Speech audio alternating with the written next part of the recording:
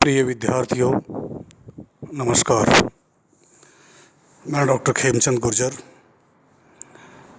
LBS government college Kotputli.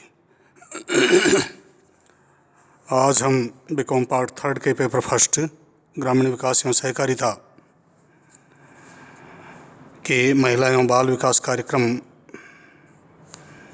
के संबंध में महिला विकास संबंधी कार्यक्रमों के बारे में चर्चा करेंगे। इससे पहले वाले व्याख्यान में आपको विभिन्न बाल विकास कार्यक्रमों के बारे में अवगत कराया गया था।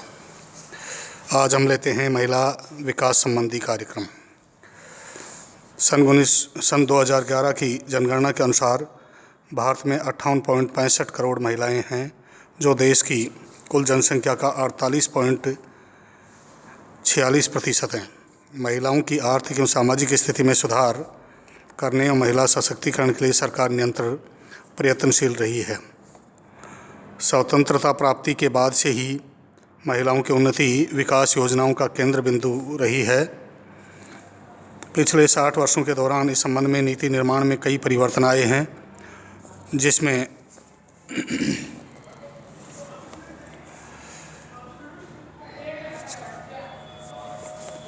कल्याण की संकल्पना से 80 के दशक तक विकास की नीति बनी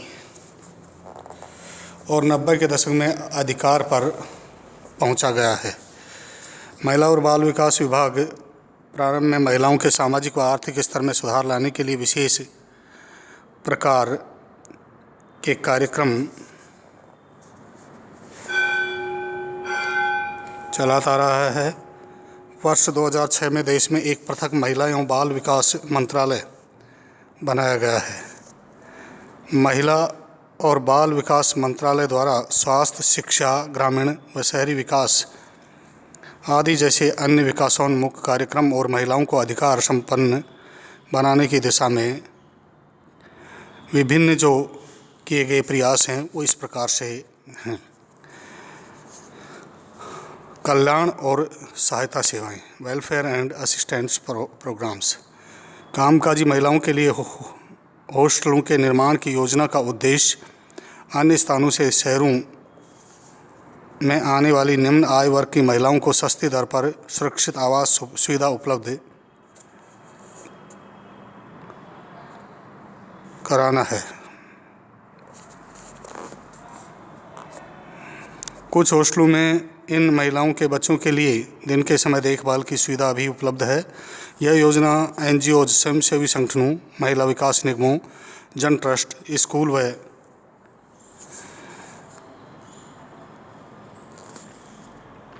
कॉलेज, स्थानीय संस्थाओं एवं राज्य सरकार द्वारा चलाई जा रही हैं।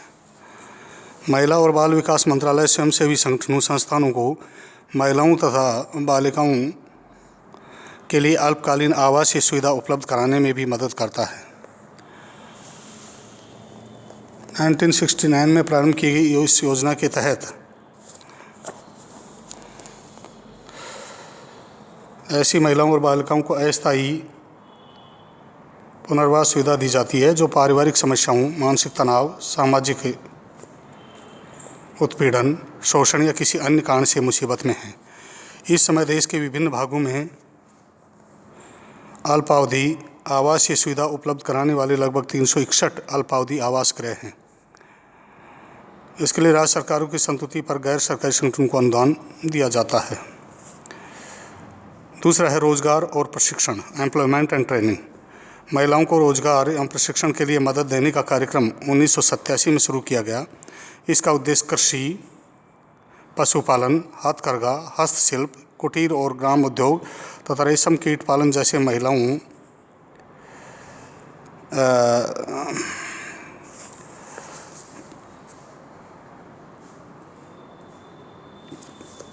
में प्रधानता वाले परंपरागत कार्यों में गरीबी की रेखा के नीचे जीवन यापन करने वाली महिलाओं को रोजगार के अवसर उपलब्ध कराने के लिए उनके हुनर में और सुधार करना है। इस कार्यक्रम में साधन विहीन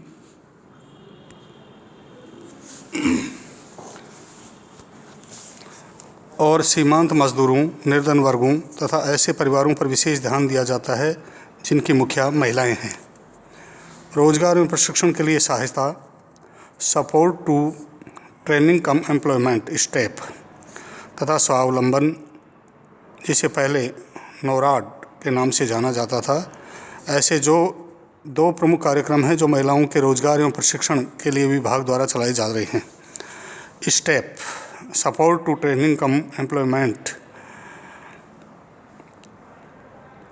कार्यक्रम के अंतर्गत अब तक 152 परियोजनाओं में 69.71 लाख महिलाओं को लाभ मिला है। वर्तमान में देश में 876 छात्रावास चल रहे हैं।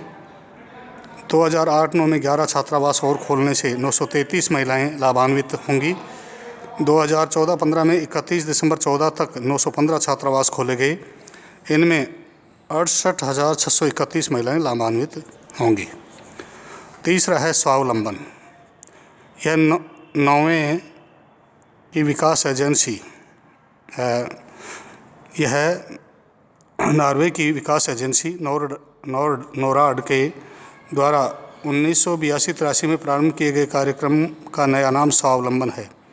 नॉर्वे की विकास एजेंसी नॉराड से सहायता प्राप्त महिलाओं के प्रशिक्षण कार्यक्रम के अंतर्गत सार्वजनिक क्षेत्र के उपक्रमों, निगमों, स्वायत्त संस्थाओं, स्वयंसेवी संगठनों को गैर परंपरागत व्यवसायों में महिलाओं को प्रशिक्षण देने और उपयुक्त व्यवसाय उपलब्ध कराने के लिए सहायता दी जाती है। उन्हें इलेक्ट्रॉनिक्स, इलेक्ट्रिकल्स, कंप्यूटर प्रोग्रामिंग, हाथकरघा, वस्त्र निर्माण, बुनाई, कताई, कैंटीन प्रबंध, फैशन टेक्नोलॉजी और सौंदर्य रक्षा और कार्यालय प्रबंध जैसे आधुनिक व्यवसायों का प्रशिक्षण देने में प्राथमिकता दी जाती है। कार्यक्रम के प्रारंभ से लेकर अब तक 4,215 परियोजनाओं के अंतर्गत 3.95 लाख महिलाएं लाभान्वित हो चुकी हैं। 1 अप्रैल 2006 से इसे राज्यों को अंतरित कर दिया गया है। वे इसके लिए अपने बजट में प्रावधान रखेंगे। नेक्स्ट है स्वयं सिद्धा। प्रारंभ में यह इंदिरा महिला योजना के नाम से प्रारंभ की गई थी। इस योजना का उद्देश्य समाज के सबसे निचले स्तर पर महिलाओं को संगठित करना है, जिससे वे अधिकार संपन्न बने तथा निर्णय लेने की प्रक्रिया में भागीदारी निभा सकें। 20 अगस्त 1995 को 200 विकास खंडों से इसकी शुरुआत हुई है। इस योजना की असली ताकत इसके अंतर्गत गठित किए जाने वाले महिला समूह पर निर्भर है। महिला समृद्धि योजना के उद्देश्य इस प्रकार से हैं, जिनमें हर क्षेत्र की योजनाओं में समन्वय का प्रयास किया जाता है। ग्रामीण क्षेत्रों और महिलाओं की झुग्गी झोपड़ी बस्तियों में रहने वाली महिलाओं को जागरूक बनाया जाता है और महिलाओं को आर्थिक दृष्टि से अधिक संपन्न बनाने की कोशिश की जाती है। वर्तमान में यह योजना 650 खंडों में चल रही है। इस योजना में महिलाओं के 68,575 से अधिक स्वयं सहायता समूह बनाए गए हैं, जिनमें 10 लाख महिला सदस्य शामिल हैं। कथित स्मरणोत्तक स्वधारा योजना के अंतर्गत 87 स्वधार गृह तथा 210 हेल्पलाइन कार्य कर रही हैं। स्वयं सिद्धा के अंतर्गत 69,803 स्वयं सहायता समूह तैयार किए गए हैं। नेक्स्ट है स्वशक्ति योजना। स्वशक्ति ग्रामीण महिलाओं के सशक्तिकरण की योजना है। इसके लिए विश्व बैंक तथा अंतर्राष्ट्रीय कृषि विकास कोष IF international fund for agriculture development IFAD से वित्तीय सहायता प्राप्त होती है। इस कार्यक्रम का उद्देश्य ग्रामीण महिलाओं के स्वास्थ्य, शिक्षा, आत्मविश्वास, आय व कुशलता को बढ़ाना है। भारत सरकार इस कार्यक्रम को राज्य महिला विकास निगम तथा ऐसी अन्य संस्थाओं के माध्यम से चला रही है। इसके अंतर्गत 9 राज्यों के 57 जिलों में महिलाओं के स्वयं सहायता समूह SHG सेल्फ हेल्प ग्रुप्स बनाए गए हैं, जो कार्यक्रम का संचालन करते हैं। इसके अंतर्गत महिलाओं के 17,000 SHG तथा 1210 क्लस्टर बनाए जा चुके हैं। अगली योजना है बालिका समृद्धि योजना। यह एक समन्वित योजना है जिसका उद्देश्य बालिकाओं के जीवन स्तर को ऊंचा उठाना है। बालिका समृद्धि योजना के पहले चरण की शुरुआत 2 अक्टूबर 1997 को हुई थी। इसके अंतर्गत 15 अगस्त 97 को अथवा उसके बाद जन्म लेने वाली बालिका की माँ को 500 रुपये की अनुदान राशि दी जाएगी, ताकि वह बालिका के जन्म के बाद अपनी पोषण संबंधी ज़रूरतें पूरी करा सके। यह योजना गरीबी की रेखा से नीचे जीवन यापन करने वाले परिवारों पर लागू होगी। इस योजना की शुरुआत बालिका के प्रति समाज के रवैये को बदलकर उसके जीवन स्तर को ऊंचा उठाने संबंधी दीर्घकालिक कार्यनीति का हिस्सा है। 1999 में इस योजना में संशोधन कर इसे 100% केंद्रीय सहायता योजना के रूप में परिवर्तित कर दिया गया है। बालिका को कक्षा 10 की पढ़ाई के दौरान 300 से 1000 रुपये तक छात्रवृत्ति दी जाती है। छात्रवृत्ति राशि भी इसी खाते में जमा करा दी जाती है। यह सम्मिलित राशि बालिका की आयु 18 वर्ष तथा उस समय तक अविवाहित रहने पर उसे दी जाती है। यह योजना राज्यों को हस्तांतरित की जा रही है। नेक्स्ट बिंदु है वयस्क महिलाओं को शिक्षा और व्यावसायिक प्रशिक्षण उपलब्ध कराने की सघन योजना। यह योजना 1958 से प्रारंभ की गई। इसे केंद्रीय समाज कल्याण बोर्ड द्वारा लागू किया जा रहा है। इसका उद्देश्य महिलाओं और बालिकाओं, विशेष रूप से स्कूली शिक्षा बीच में ही छोड़ चुकी बालिकाओं को अनुवर्ती शिक्षा तथा व्यावसायिक प्रशिक्षण के जरिए रोजगार के नए अवसर उपलब्ध कराना है। पिछले 2 वर्षों में महिलाओं के 2000 पाठ्यक्रम स्वीकृत किए गए, जिनसे 50,000 महिलाओं और बालिकाओं ने लाभ उठाया है। महिलाओं के प्रशिक्षण एवं रोजगार सहायता कार्यक्रम support to training and employment programme for women STEP के अंतर्गत 2008-9 में 31,865 महिलाएं लाभान्वित हुई हैं। 2010-11 में इन पर 21.30 करोड़ रुपए व्यय कर 32,600 महिलाओं को लाभान्वित किया गया है। 14-15 में दिसंबर 14 तक इसके लिए 29 करोड़ रुपए आवंटित किए गए हैं।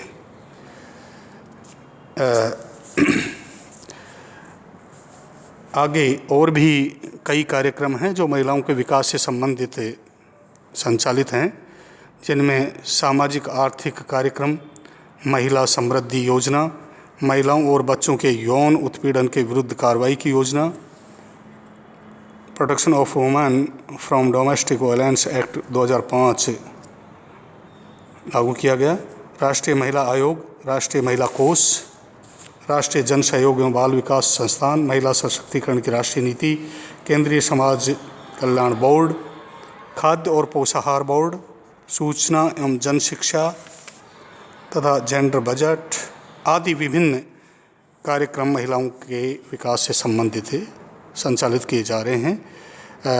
इन कार्यक्रमों के बारे में डिटेल में हम आगे वाले व्याख्यान में